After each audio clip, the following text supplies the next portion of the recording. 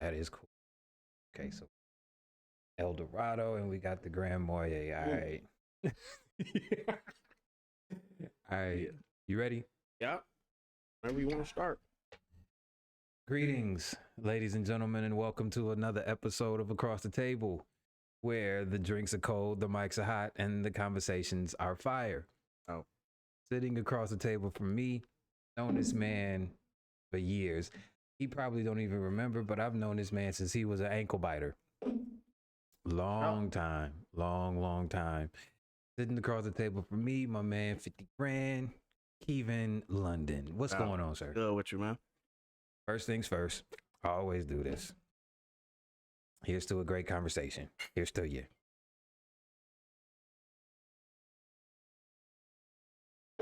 Ah, that is good. Okay. Now, I start all my interviews just like this. I ask this one question. How are you? Like, how is Keevin London the man? You understand what I'm saying? I'm How are cool. you doing? I'm good, man. I'm good.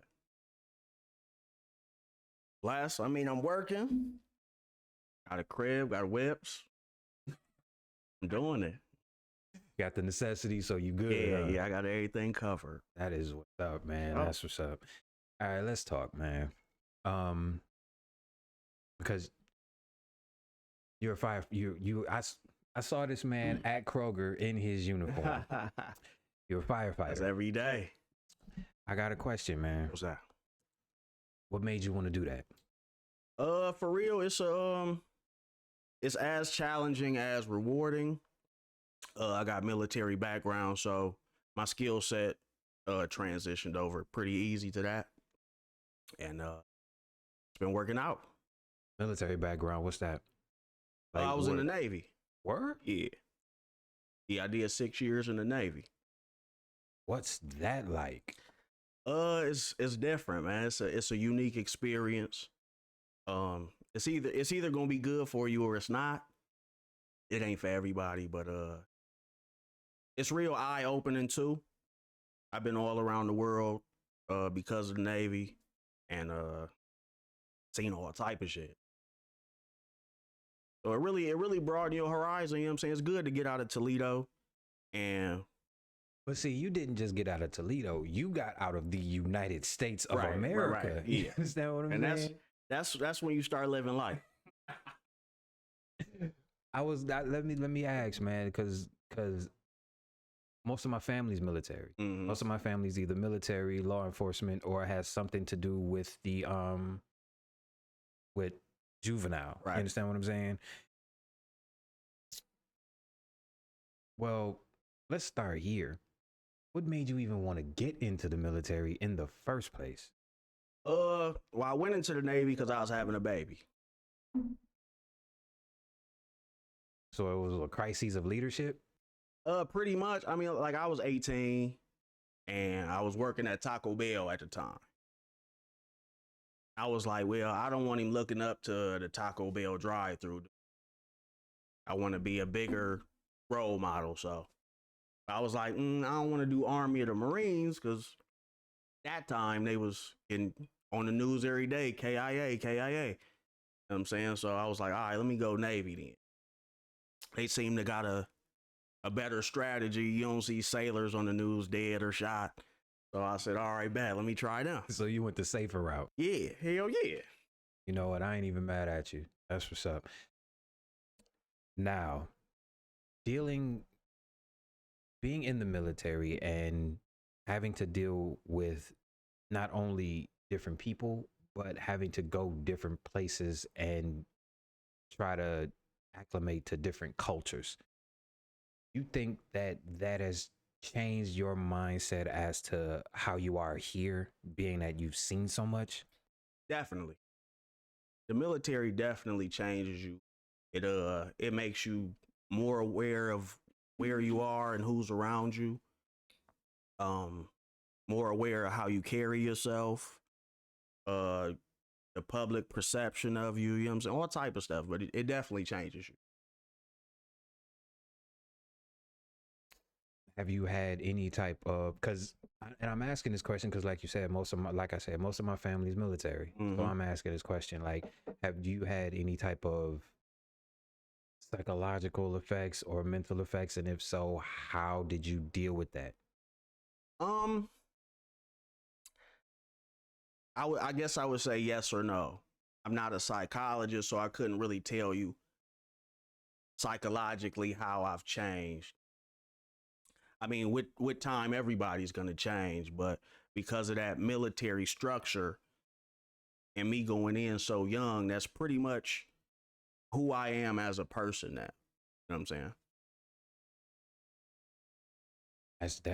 That's deep. And like I said, the reason why I'm asking is because most of my family is military, or they've done something with a gun, or done something protective. You understand what I'm saying? For sure. And they've had a lot of psychological things that they had to work through in order to get back into like civilian world. Yeah. And like I do live streams every Wednesday with ex-military, and they talk about that all the time. Like it's different transitioning from like either retiring or being discharged honorably, whether Absolutely, you know what I'm saying, is different. Yeah. So that's why I asked you that, you know what I'm saying? Because that's another thing that a lot of men don't talk about too. Right. You understand what I'm saying? It just now got cool for us to talk like this. Yeah. You understand what I'm saying? Before, if you were to bring something up like this, you get called a punk. For sure. You understand what I'm saying? Sure. So that's why I asked you that.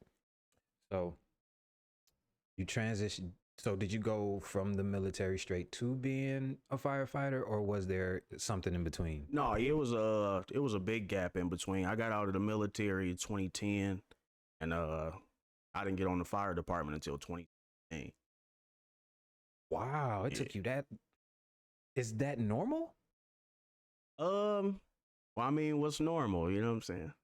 Yeah, true. That normal is relative nowadays. That's just the route that I took. Some people get on the fire department right away. Some people it takes 7 years. Well, at least you got in, man. Yeah. That's all that matters. No doubt, no doubt. Yeah, you in there. You Yeah, I'm in there now. saying? As a matter of fact, yeah, this December it'll be 6 years I've been in. So. Now you said that it was, since let's just shift gears again. Let's talk fire department, firefighter. What's that like? Because that's another one of those well, I'm not even gonna say semi. That's one of those dangerous occupations. You understand what I'm saying? But it's also one of those necessary occupations. Like when people are running from stuff, you run to it. You understand what I'm saying? Right. So what is that like? Being a firefighter it's a lot more than I expected it would be. Because people call on you for everything. You know what I'm saying? Like whatever it is. It's from something being on fire to my stove is leaking gas. So you got to be dependent on to handle anything. And some things, because a lot of people call because of like psychological issues and stuff like that. So a lot of times you got to go way beyond your training to be able to do your job. Break that down for me. So like, say, because like some people have like emotional distress, mental breakdowns, feeling suicidal. The fire department can't train you to deal with those people. So that's when you have to have your own you got to develop your own kind of unique skill set to deal with that. Because you can't just spray water on that. You can't just do CPR on it. So you got to come up with your own way. Do you think your military background, not the violent side that they see on TV, right, but the other side of it, like the in-depth, this is what you do in this situation, this is what you do in this situation, kind of thing, do you think that translates into that too? For sure. I mean, military law enforcement priority is to diffuse the situation. The violent side is just a reaction after you can't do that. But that's supposed to be a last resort type thing. So me going around the world, meeting people from all walks of life, you kind of learn to listen and kind of understand before you judge. You know what I'm saying? Because some people are coming from a different type of upbringing or environment, so it looks one way to them where it will look a different way to you. You know what I'm saying? So it's more along the lines of you can't, you have to think for them on a certain scale, or is it that you have to take your feelings out of it and look at it for what it is? Yeah, you kind of got to take your feelings out of it, kind of be patient and try to look at it through their perspective. You know what I'm saying? And then try to assist them with coming up with a solution. Saying because, like I said, as a firefighter, people are calling on you to provide the solution, whatever they got going on. So, contrary to popular belief, y'all just don't fight fires. Y'all actually do other things. No, actually, my personal experience, firefighting has been the smallest aspect of being a firefighter, and it's much more EMS than firefighting. EMS meaning emergency medical services? Yeah. So like CPR, people having seizures, choking, car accidents, pretty much anything outside of the normal balance of the body. People will call on you to solve. How do you deal with all of that on a regular basis and still have a sane mind when you take that uniform? Me personally, like being from the military background, I've learned to compartmentalize a lot of things. So that's typically what I would do. Because, and then a lot of things, you know what I'm saying, you're seeing for the first time. You deal with a lot of death. You deal with people who want to die, or at least present as if they do. Because some people are also just seeking attention. But yeah, a lot of things you just deal with for the first time, so you gotta compartmentalize it as best as you can and keep moving on. Because right after this call can be another one, just like it or worse. If don't nobody say it, I'ma say it.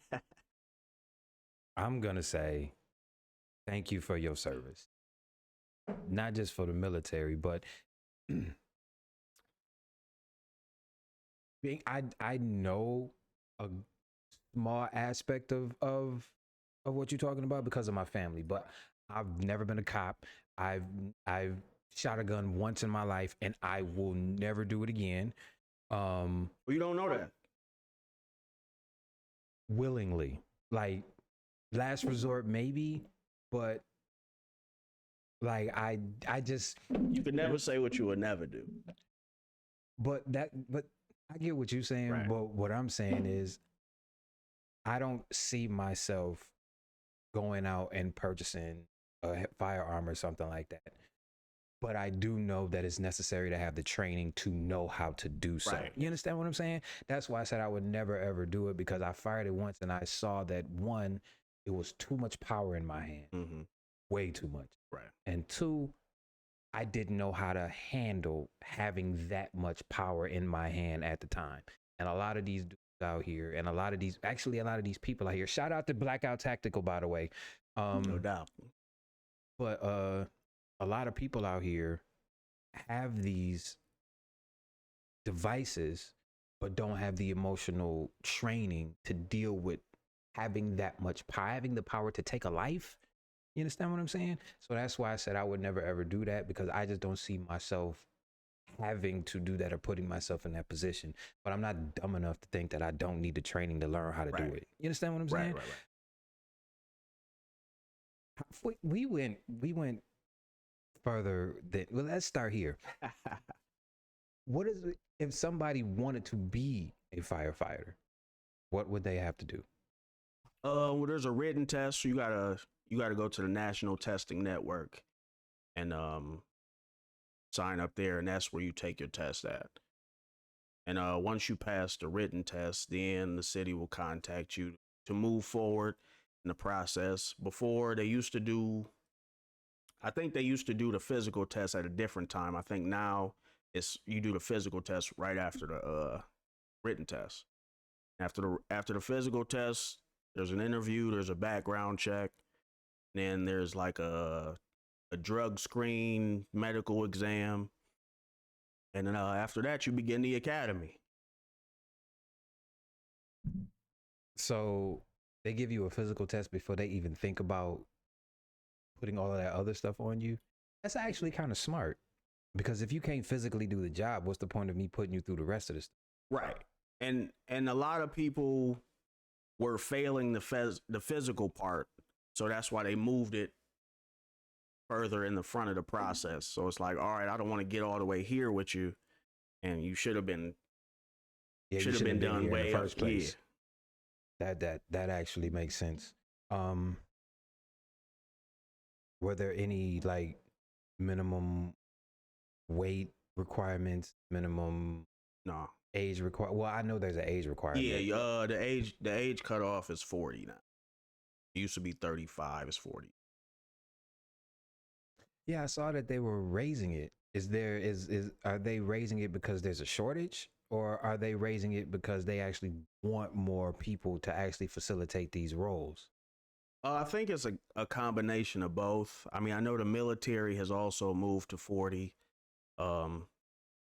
Really? Yeah. And I mean, fire and police are paramilitary, so they kind of try to mimic what the military does. So they've also gone to 40 for their age cutoff. Wow. I didn't even know that. The only thing that I've seen about the military is that they're talking about drafting women between the ages of 18 and 26. Yeah. I mean, the military is trying to catch up with the times. You know, the military is allowing dreadlocks now. I have seen that they've gotten a little more liberal. I think some branches are allowing beards. They're incorporating women in a lot more of their combat operations. So, I mean, they're really trying to erase that line, you know what I'm saying, and just be everyone is equal.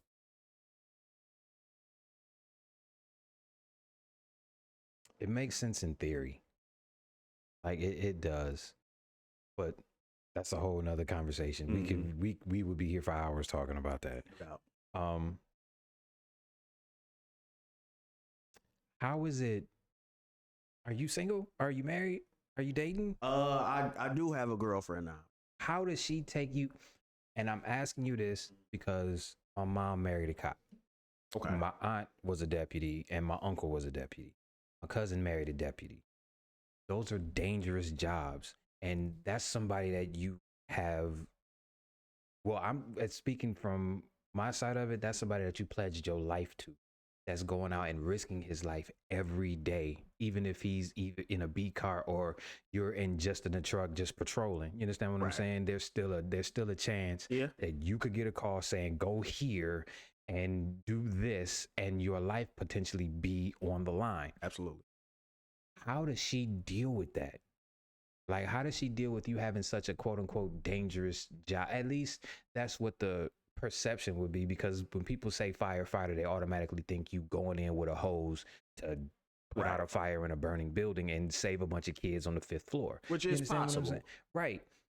So how do you deal with that dynamic? And is there a level of reassurance that you give her? And if there is, explain to me how you do it. So she seems to take it well. I mean, I guess I really haven't asked how she deals with it, but I mean, it's the normal. So, you know, it's nothing out of the ordinary for me to be gone long hours or anything. She's used to that.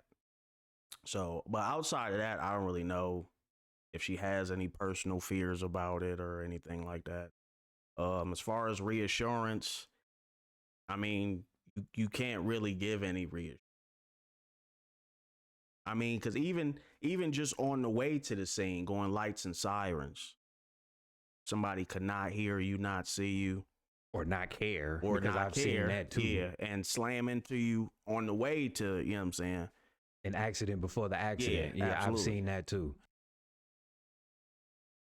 Like I said, man, I just wanted to ask that question because having an occupation like that, there's so many other factors that you have to think about, Yeah. and to bring in somebody on the outside into that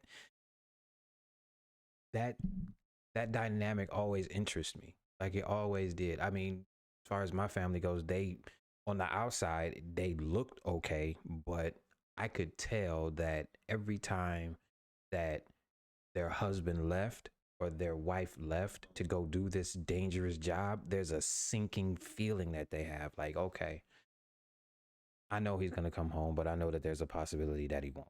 You understand what I'm saying? So that there's a dynamic that people just don't think about. And I mean, essentially, it's that way for everybody. Because I mean, being on this job, I've seen people who aren't going to make it home today.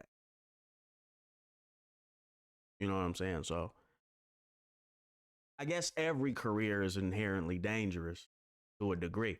That's true, but there are careers where I would say yours is different because you run to the danger. Yes. However, we do have a level of training, a level of finesse. So it's not like a bunch of dudes just running into a burning building. So while dangerous, we are trained, so the outcome will be more favorable. Thank you for bringing that up too, because like I said, man, the thought process behind Firefighter is a bunch of dudes in heavy artillery, Right. with a hose running into burning buildings, and it's more than that. As far as you saying, it's a little deeper than just putting out a fire. Like, like there's eyes on the inside, there's eyes on the outside, all around the building. So if something funny, if somebody sees anything from the outside, they'll call everybody. Or if you're having difficulty inside, you hit your radio, somebody's coming in to help you. So yeah, there's danger, but there's also help. So it's kind of balanced. thank you. I appreciate you clearing that up. I truly do. Mm-hmm. Now let's get to the real reason why you're here. All right. For everyone who knows me knows this. I started this platform because one day I want to be a husband, and one day I want to be a father. But I can't really take what mainstream media and social media say about being a dad and say about being a father, because if I were to do that, I would end up hating my reflection, and I don't want to hate my reflection.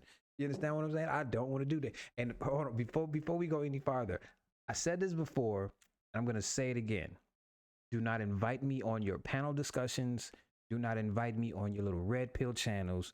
Do not invite me on anything like that where we're discussing the dynamics of men and women, because to keep it real, I'm cussing all of y'all out because you all are acting real stupid right now.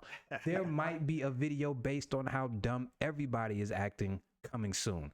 But FYI, do not think just because I'm talking to men about men shit that you can just invite me on the panel to talk that dynamic too, and I'm not gonna curse you out for being as dumb as your reflection, and I'm not gonna curse your reflection out for being as dumb as you.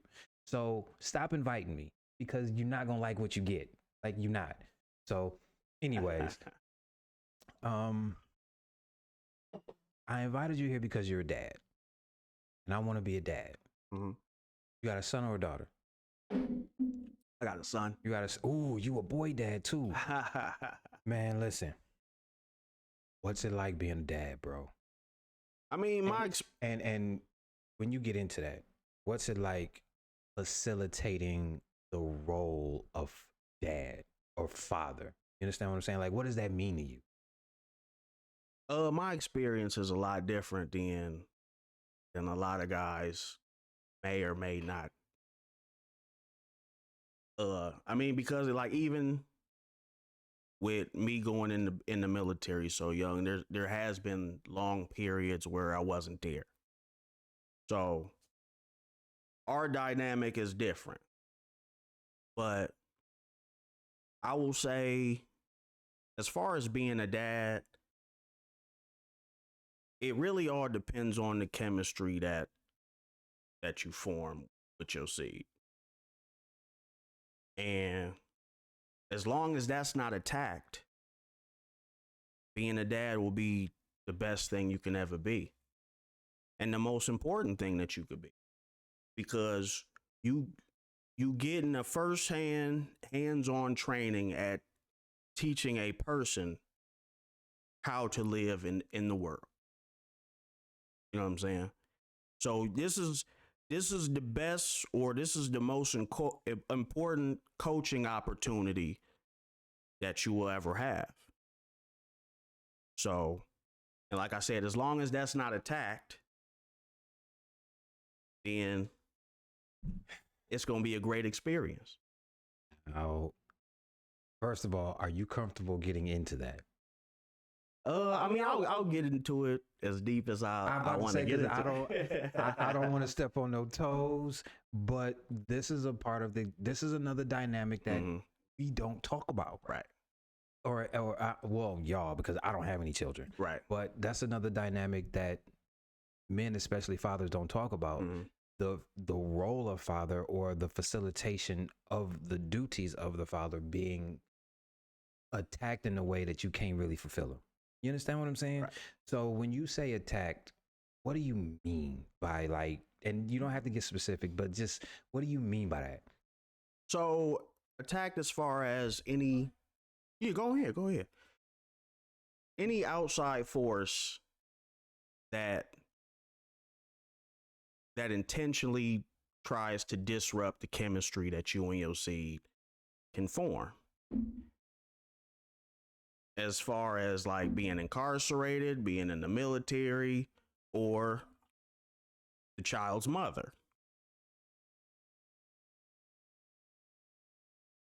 Any of those three can interfere with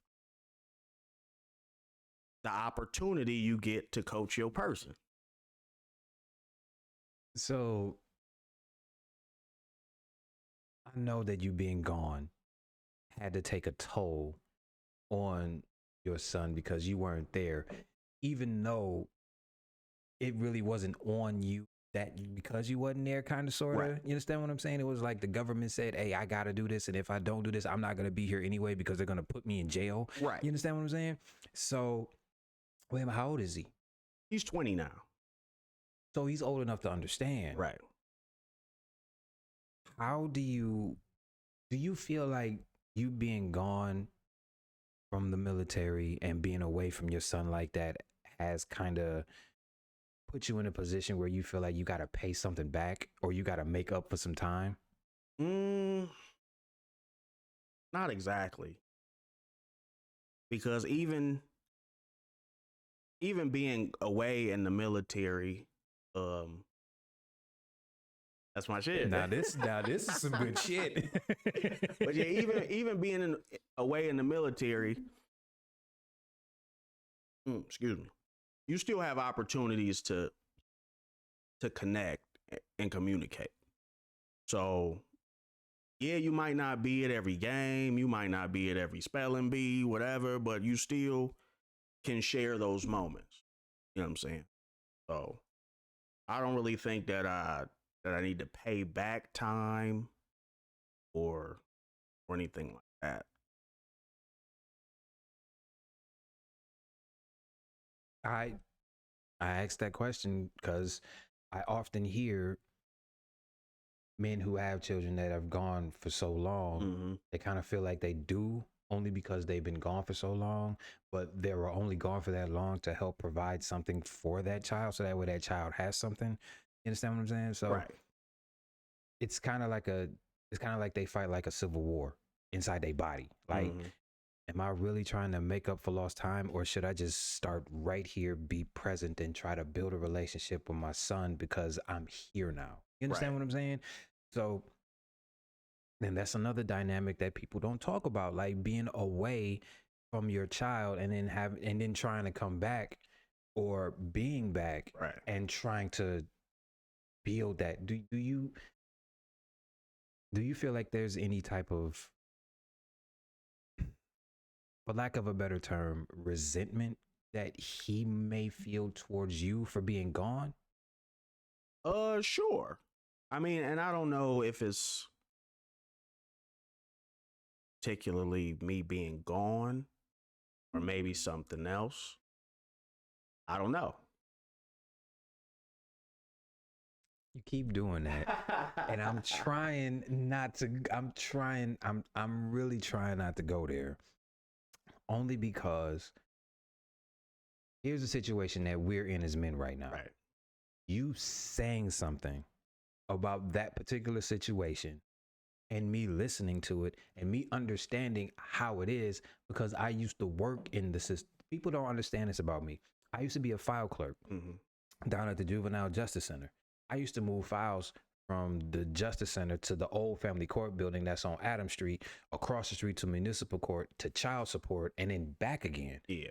So I've seen a lot. You understand what I'm saying? And even after I wasn't employed there, I've been in mediations. I even took a random day and just sat in children's court just to see what it was like and to see if it was any different than it was when I was moving files. And it's really not. So I can understand where a lot of men come from when they talk like that, and they not just spewing vitriol. It's like legit. You understand what I'm saying? So and you speaking on that automatically allows any person who doesn't agree with what you're saying, it allows them to put you in a box of isms or is that you have absolutely no business in, just because you're speaking on that. So I'm trying, I really don't, but on the flip side of that, I guess that's a part of being a dad, because you got to deal, it's a part of it's a part of the parental thing as a whole, depending on who you dealing with, or I don't want to say, I don't want to say that part is part of being. That's part of something else. But it affects your ability to do so, am I right? As effectively as you would like to. It can create some obstacles. But I feel like all that child support, child court shit, that's a part of your bond being attacked. But just fatherhood, that's not included. So you compartmentalize that. I remember you using that word earlier. You compartmentalize what's going on outside of that to your specific duties as a dad. Am I saying that right? That part was to be able to have the right to have the duties as a dad. Whoa. But that's not part of the duties of being a dad. You know what I'm saying? Being a dad should not require you to have to get any type of paperwork or court hearing to be a dad.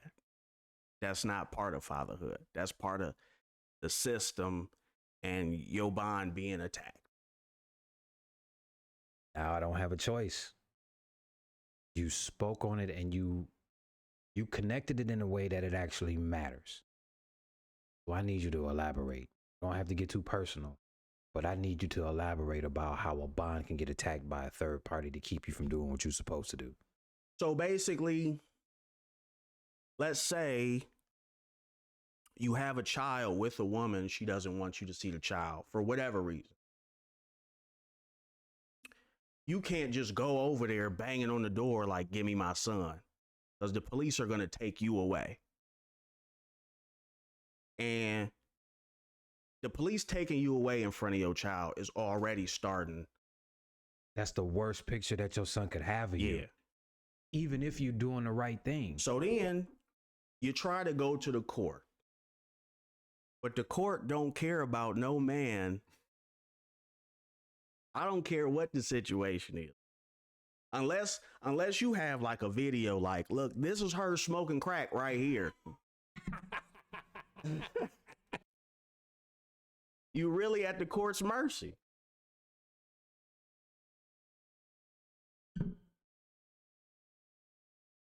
And that's the part of the game that I saw. Mm-hmm. Tell you a quick story. I was doing my file thing, moving my file thing, and a guy who was down at the child support building, he went to the front desk and he said, I just got this new job. Here's my new information. Doing the right thing, doing what he's supposed to do according to the court order. So I heard this woman actually get on the phone and call the mothers of his children and say, no, he making more money, right? So you know you can get this, and this. And if he doesn't give it to you, we can suspend his license and shut his whole life down. And then what you supposed to do? Right. Like, so when I hear men talk like this, it's not that I'm agreeing with you because you're a dude. Right. I'm agreeing with you because I've seen it firsthand. And I don't even have any children. That's why this terrifies me. And that's another reason why I wanted to invite y'all to come talk, because y'all are living it. That's why I only got one. I was like, hell no. Just one and done. I'm not about to do that again. I'm mad at you. Yeah. I you know what? I can't even be mad at you. I can't even be mad at you because, like I said, man, there are a lot of men out there. And here's another thing that, and I'm glad you talked, because like I said, it just got cool for men to talk, even though you still got the people who will call you some type of name because you talking, and y'all need to quit that too. Y'all forever talk about how y'all want men to talk, but then when we talk, y'all don't like what we say or how we say it. So now it's the tone and all of this other stuff. Y'all need to decide what y'all want. Let's just be clear about that. Decide what y'all want, because the men that I know and the men that I'm around, we really know how to express ourselves. And there's gonna come a point in time where we express ourselves and you're not gonna like it. So before you even think about asking for a man like that, you need to understand what that brings to you. Now that I got that rant out the way. Right. Where was I going? Like I said, man, I'm not just agreeing with you because you're my guy. Right. You understand what I'm saying? I'm agreeing with you because I've seen it firsthand. But I also understand that there are a lot of men like you, right, who are breaking their necks to be fathers. And there are so many things put in your way that you don't even have any control over that are keeping you from doing that. So I'm glad that you said something. And a lot of dudes will get to a point where they like, fuck it. If it take all this,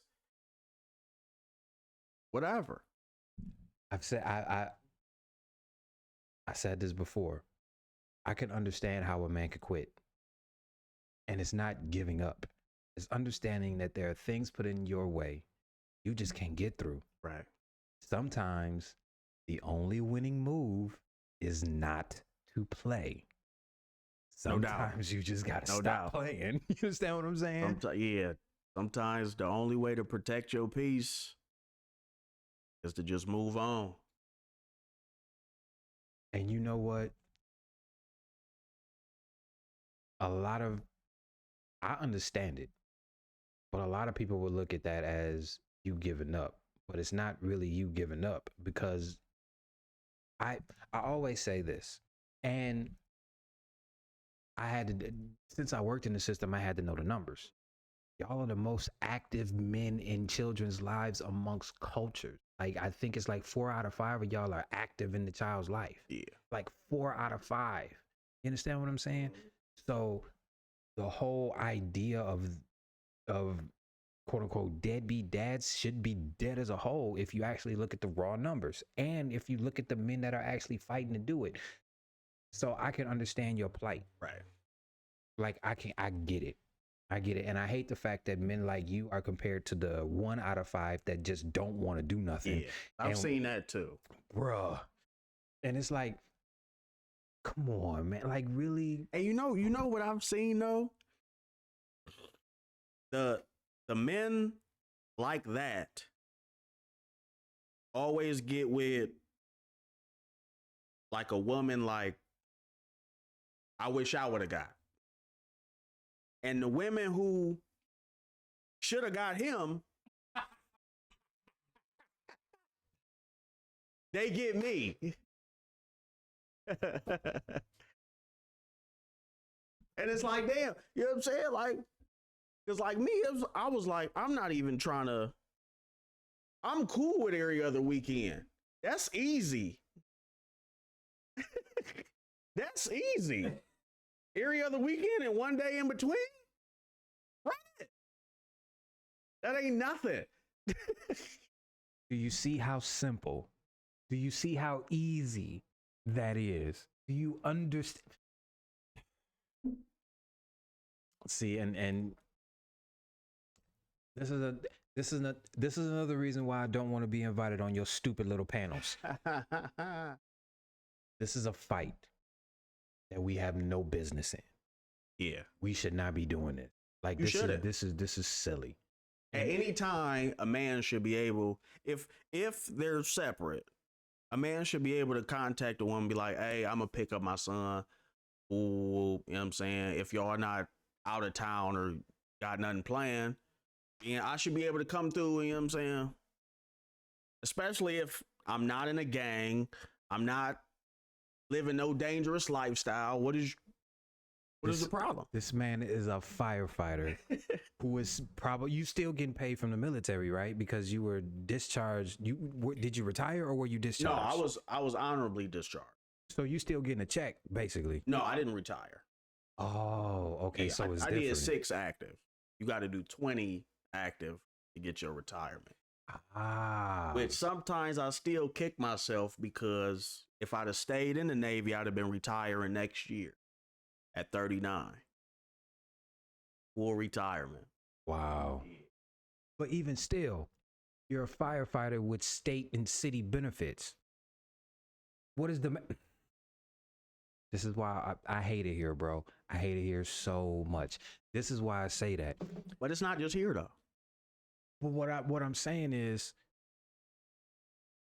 you are in a position to do what you're supposed to do. Like, you not one of these dudes out here that's just frivolously, just frivolous with their seeds like that. Right. You actually doing what you're supposed to do, and for some strange reason, you still can't do it because you can't do it like you want to do it. Right. Because there's stuff put in your way that ain't got no business being there in the first place. You understand what I'm saying? That's what frustrates me. It frustrates me because we're smarter than this. Like, we really, really are. Like, you understand that you need to facilitate a role. You need to be there. Like, you did. Fathers are necessary now. Like, they are necessary. But that's how it's set up. That's how the game is set up. To tear the family apart. And then once they got that, you gotta rely on them. And see, that's why I get so frustrated. Because just you saying that lets you know that at a conscious level, you know something is wrong. Yeah, the game is rigged. Which means that the other party consciously knows that there's something wrong too. Yeah, absolutely. She's just using the advantage that she has. I hate to say it like that, but that's what it is. She's using the advantage that she has. I just don't understand how somebody hasn't come up with something that says, all right, man, we can't keep doing this, because if we keep doing this, there's going to be literally nothing of us. You understand what I'm saying? Without family, there's no community. We need families, and you're doing what you're supposed to do. That's why I'm sorry. I was about to go on a tangent, and that's not what this was about. Not what this was about. I'm gonna ask you one last question.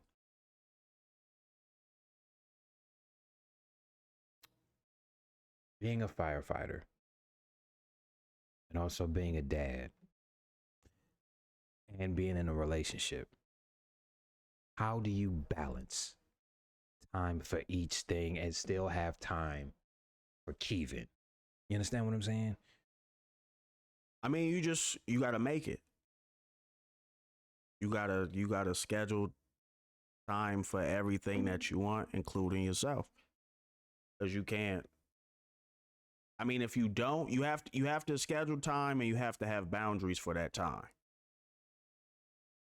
Because people will always hit you up and be like, "Oh, I need you to do this," or "We got this going on." So you need to be like, "No, I got this going on."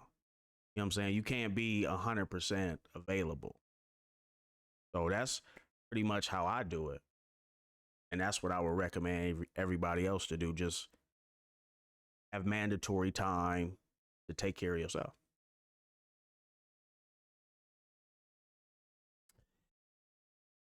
Keevin, I enjoyed this. For sure. I really, really, really, really did. And I'm going to say something to you. Mm-hmm. I'm going to say something to you, and I'm going to mean this. I owe you an apology. And here's why. Tell me why. We're family. Right. Your sister married my cousin. No doubt. But I have absolutely no idea how to come around and be family. You understand what I'm saying? I don't know how. And every time I've seen you, whether it's been in passing in the streets or at Super Fitness working out, always greeted me like family. No doubt. You understand what I'm saying? I just don't know how to do that. But I also don't want to take for granted the fact that you've never shut that door on me, if that makes any sense. Right. Like, no matter what it is, even you coming over here at 8 o'clock on a Sunday night, not knowing not knowing what you got to do the next day, and you sitting and talking with me. For You sure. understand what I'm saying? I don't want to take that for granted. But I suck at coming around, and I suck at being family because I was never taught how, I was never shown how. And to be real with my immediate family, I didn't really see a lot of that. You understand what I'm saying? Mm-hmm. At least,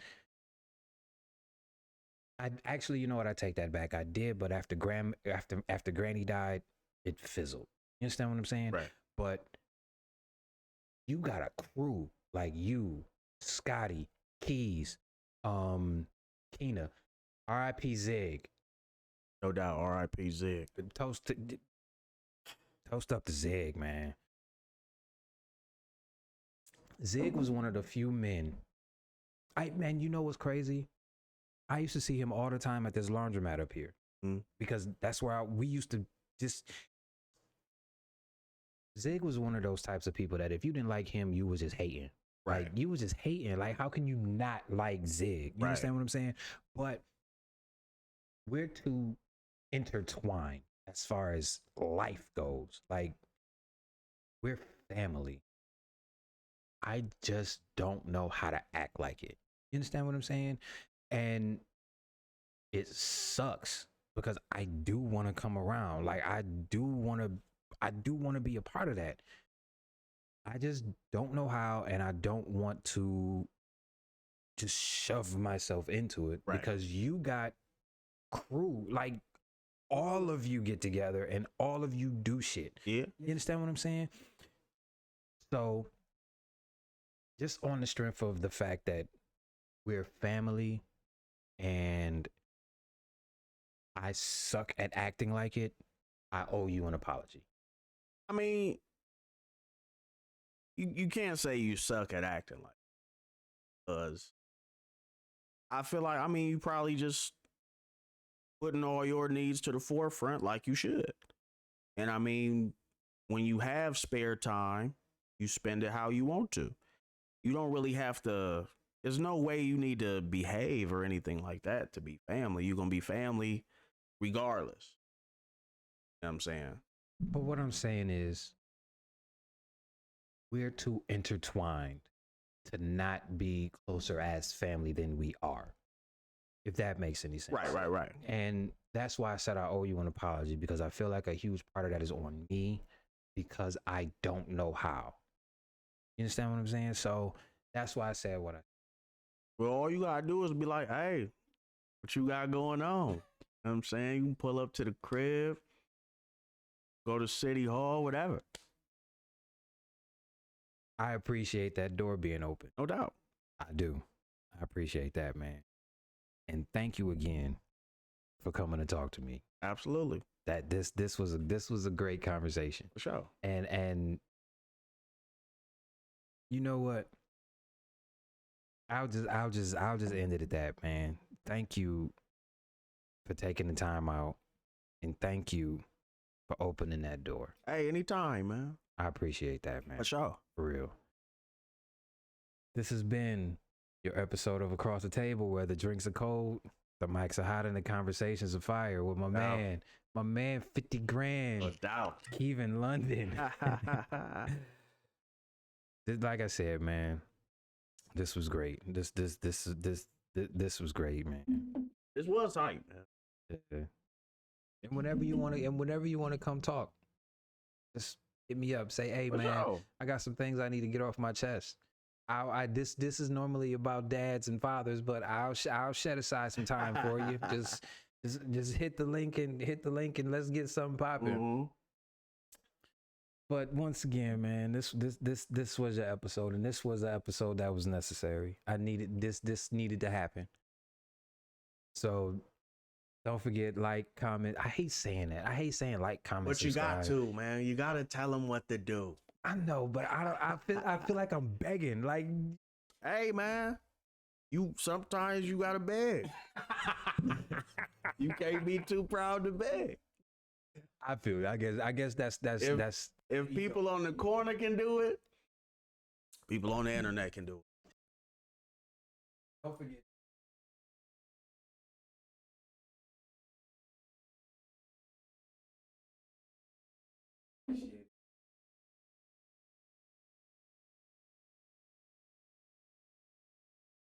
For sure.